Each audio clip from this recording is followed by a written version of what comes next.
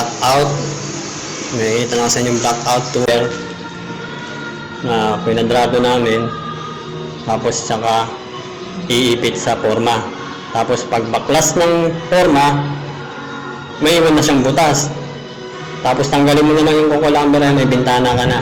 Ngayon kung hindi man siya skalado, hahabulin mo na lang sa retouching. Yan, tsaka mo siya i-straight. Yan, ang pinanghabol pala namin dito. Ang pinang-squalo pala namin dito is ang ginamit ko kasi dito is skin coat tuloy. Tad adhesive. Kasi mas makapit yung tad adhesive kasi makinis tong buhos natin kung papansin nyo. Kaya hindi kumapit yung palitada. Kinis yan. So tad adhesive, medyo malapot lang. Mahirap barahin kasi malagkit. Pero okay naman, nadadali naman.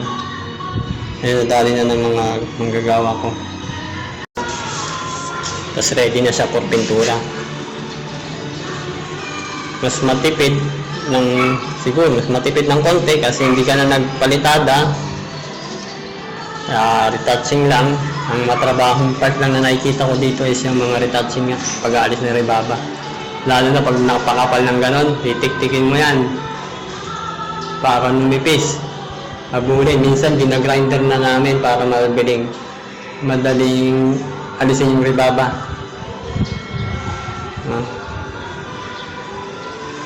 So far okay naman yung nasa baba, mas makinis na ipakita namin sa inyo. Kita ko sa inyo ang pagbaba ko.